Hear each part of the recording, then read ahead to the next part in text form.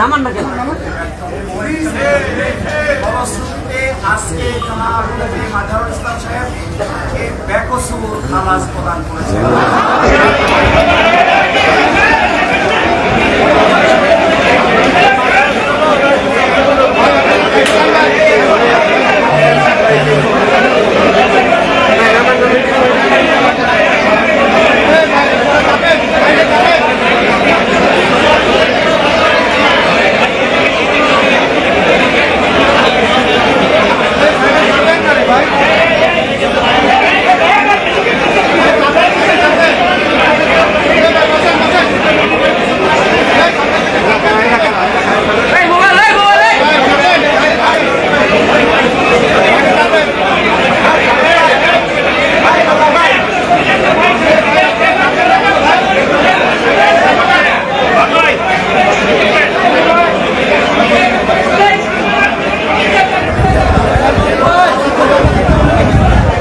ভাই সাউন্ডটা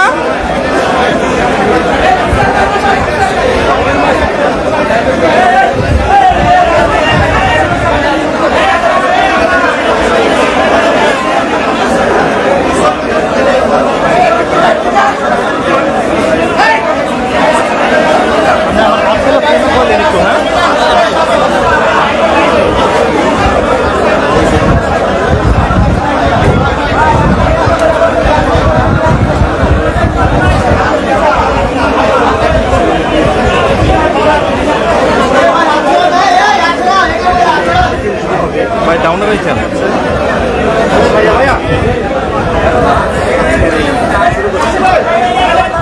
please silent.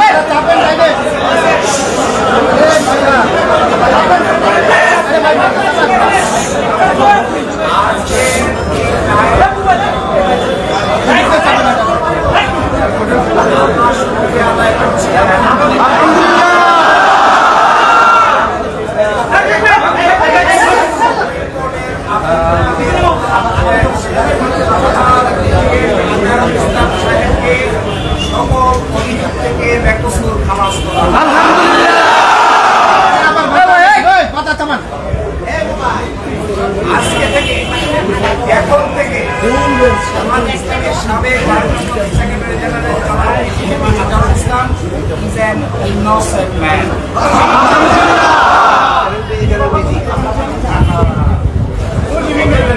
এই রায়ের মাধ্যমে আমরা মনে করি সত্য জয়ী হয়েছে, মিথ্যা পরাজিত হয়েছে।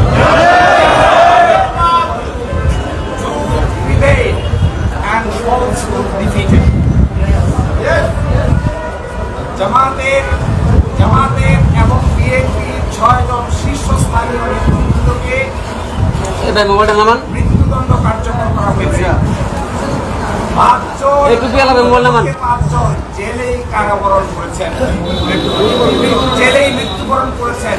দুনিয়ার ইতিহাসে এটা নজিরবিহীন নির্যাতনের সামিল।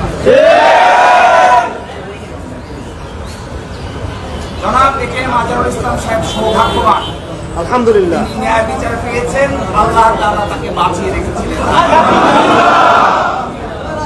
আমরা এটা মনে করি এই রায়ের মাধ্যমে সিন্ডিকেটেড ইনজাস্টিসের অবসান হয়েছে। আমরা এটাও মনে করি এই রায় ঘোষণার মধ্য দিয়ে বাংলাদেশের আদালতের মর্যাদা সমুন্নত হয়েছে এবং আদালত 4টি অবজারভেশন দিয়েছেন। তার মধ্যে প্রথমটি বলেছেন রায়ে বাংলাদেশ সহ এই ভারতীয় সাবকন্টিনেন্টের ক্রিমিনাল বিচার ব্যবস্থার পদ্ধতি চেঞ্জ করে দেওয়া হয়েছিল, এটা ছিল সবচাইতে বড়। আরো বলেছেন আদালতের সামনে উপস্থাপিত সাক্ষ্য প্রমাণ অ্যাসেসমেন্ট করা ছাড়াই জনাব মাজারুল ইসলাম সাহেবকে ফাঁসি দেওয়া হয়েছিল। এবং আরেকটি ইম্পর্টেন্ট কথা বলেছেন যে পৃথিবীর ইতিহাসে এটি একটি ট্র্যাভেস্টি অফ ট্রুথ, অর্থাৎ বিচারের নামে অবিচার। আরো বলেছেন এই ভাই মোবাইল এই সমস্ত তথ্য প্রমাণ না, মোবাইল আমার। দাখিল করা হয়েছিল এই মোবাইল নামান না কেন ফলশ্রুতিতে আজকে জনাব মাজারুল ইসলাম সাহেব এই বেকসুর খালাস প্রদান করেছেন। বাংলাদেশের ইতিহাসে নয়, পৃথিবীর ইতিহাসে এটা একটি নজিরবিহীন ঘটনা হয়ে থাকে। এর মাধ্যমে আমরা মনে করি ন্যায় বিচার প্রতিষ্ঠিত হয়েছে, সত্য বিচারিত হয়েছে, মিথ্যা পরাজিত হয়েছে।